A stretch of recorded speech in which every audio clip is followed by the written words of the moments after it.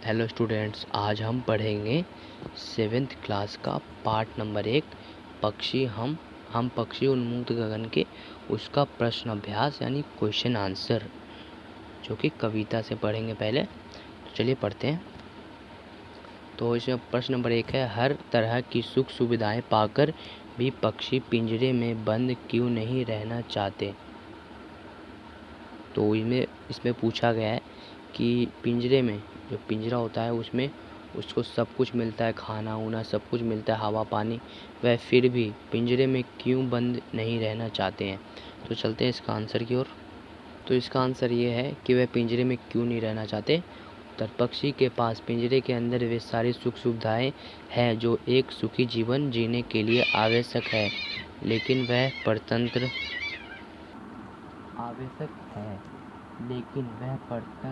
है। हर तरह की सुख सुविधाएं पाकर भी पक्षी पिंजरे में बंद नहीं रहना चाहते, क्योंकि उन्हें बंधन नहीं अपितु स्वतंत्रता पसंद है।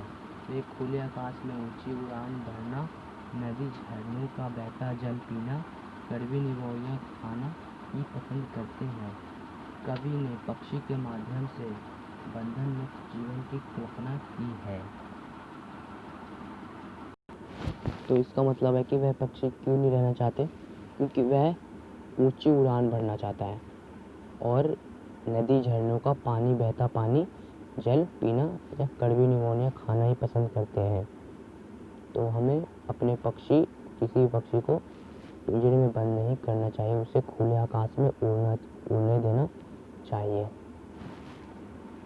हमारा प्रश्न नंबर 2 है, पक्षी उन्मुक्त रहकर अपनी कौन कौन सी इच्छाएं पूरी करना चाहते हैं।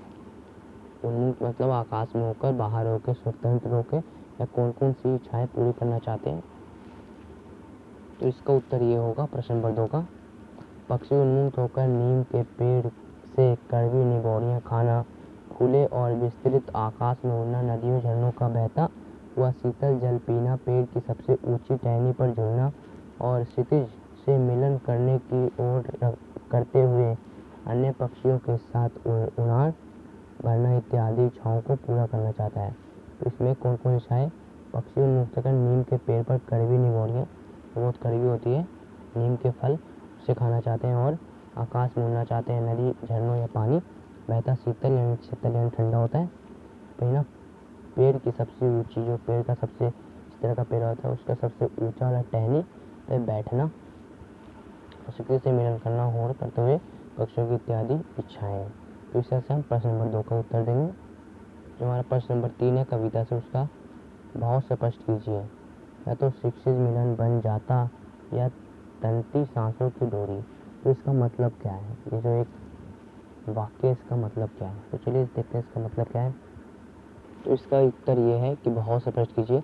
प्रस्तुत पंक्ति का भाव यह है कि पक्षी क्षितिज के अंत तक जाने की चाह रखते हैं, जो कि मुमकिन नहीं है, परंतु फिर भी क्षितिज को पाने के लिए पक्षी किसी भी स्थिति का सामना करने के लिए तैयार है, यहाँ तक कि वे इसके लिए अपने प्राणों को भी न्यौछावर कर सकते हैं, अर्थात स्वतंत्रता की कीमत उसके प्राणों से बढ़कर है।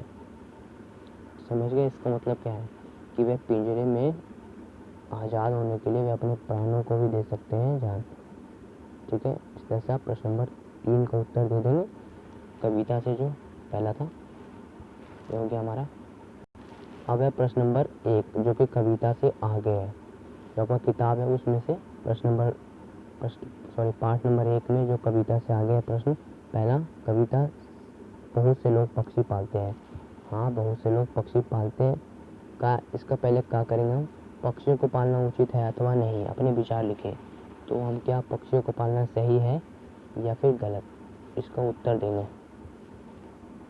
तो इसका उत्तर आप कुछ इस तरह से देंगे, पक्षियों को पालना उचित है या नहीं।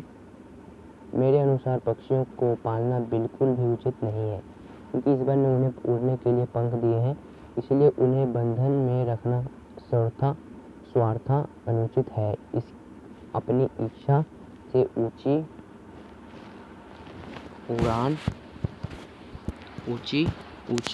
से ऊंची दूर तक उड़ना, उड़ान भरना, पेड़ों पर घोंसले बनाकर रहना, नदी झरनों का जल पीना, फल फूल खाना ही उसकी स्वाभाविक प्रवृत्ति है। आप किसी को भी कितना भी सुखी रखने का प्रयास करें, परंतु उसके स्वाभाविक परिवेश से अलग करना अनुचित ही माना जाएगा। आज़ादी अनमोल है, सैकड़ों स्वर्णिम मुद्राएं देकर भी उसे खरीदा नहीं जा सकता। तो इसका मतलब ये है कि उचित पालना है कि नहीं, तो हमें जो पक्षी है ईश्वर ने उन्हें उड़ने के लिए पंख दिए हैं और वह ऊंची से ऊंची उड़ान भरना चाहता है। पेड़ों पर घोंसले बनाकर रहना, नदी जल पीना, फल फूल खाना और आज़ादी अनमोल है। उसके लिए हम 100 सोने के सिक्के दे देंगे, फिर भी उसे खरीदा नहीं जा सकता। इसका मतलब ये है, इस पंक्ति का मतलब ये है। ठीक है, ये हमारा उत्तर हो जाएगा। तो हम इसका प्रश्न नंबर 1 का खा का उत्तर देंगे। क्या आपने या आपकी जानकारी में किसी ने भी कोई पक्षी पाला है? उसकी देख रेख किस प्रकार की जाती है? ये पूछ रहा है कि आपने कभी भी कोई भी पक्षी पाला है तो उसकी देख रेख किस प्रकार की जाती है। ठीक है, इसका उत्तर देंगे हम। तो हम इसका उत्तर कुछ इस तरह देंगे। एक बार घायल कबूतर या चील, आप कुछ भी लिख सकते हैं, जो आपके घर के पास आया था, जिसकी हमने देखभाल की और उसके ठीक होने के बाद वह हमारे साथ ही रहने लगा। सब घर वालों के लिए वह कौतूहल का विषय बन गया, मतलब टाइम पास जिसे कहते हैं ना, कौतूहल का बन गया। हम सब घर वालों ने नन्हे बच्चे की तरह उसे देख रेख करते थे। उसे रोज़ नहलाया जाता था, उसके खाने पीने का बराबर ख्याल रखा जाता था। लेकिन हमने उसे पिंजरे में नहीं रखा, बल्कि वह अपनी इच्छा अनुसार पूरे घर में उड़ता फिरता। इस प्रकार से हमने अपने पक्षी का पूरा ख्याल रखा। तो इसने सही किया है, क्योंकि उसने उस पक्षी को पिंजरे में नहीं रखा है, उसे जहाँ मर्जी वहाँ उड़ने दो। ठीक है, इस तरह से इसका उत्तर दे देंगे हम। चलते हैं अगले प्रश्न की ओर। तो हमारा लास्ट प्रश्न है, जो कविता से आगे है, उसका प्रश्न नंबर लास्ट है 2 है। हम पक्षी उद्गण 7वीं कक्षा का पहला चैप्टर, इसका लास्ट क्वेश्चन कविता के आगे। पक्षियों को पिंजरे में बंद करने के लिए केवल उनकी आज़ादी का हनन ही नहीं होता, अपितु पर्यावरण भी प्रभावित होता है। इस विषय पर 10 पंक्तियों में अपने विचार लिखिए। तो इन्हें लिखना है कि आज़ादी पक्षियों के हनन ही नहीं कि पर्यावरण को भी किस प्रकार प्रभावित करते हैं, इसके बारे में 10 लाइन में लिखना है। तो हम इसका उत्तर इस तरह देंगे। प्रश्न नंबर 2 है कविता से आगे वाला, 10 पंक्तियों में। तो इस तरह से देंगे उत्तर हम। पक्षियों को पिंजरे में बंद करने से सबसे समस्या पर्यावरण में आहार श्रृंखला असंतुलित हो जाएगी। जैसे घास के छोटे कीट खाते हैं तो उन कीटों को आदि पक्षी ना रहे तो इन कीटों की संख्या में वृद्धि हो जाएगी, जो हमारी फसलों के लिए उचित नहीं है। इस कारण पर्यावरण असंतुलित हो जाएगा। पक्षी जब फलों का सेवन करते हैं तब बीजों को यहाँ वहाँ गिरा देते हैं। इसके फलस्वरूप नए पौधे पनपते हैं। कुछ पक्षी हमारी फैलाई गंदगी को खाते हैं, जिससे पर्यावरण साफ रहता है। यदि ये पक्षी नहीं रहेंगे तो पर्यावरण दूषित हो जाएगा और मानव कई बीमारियों से ग्रस्त हो जाएगा।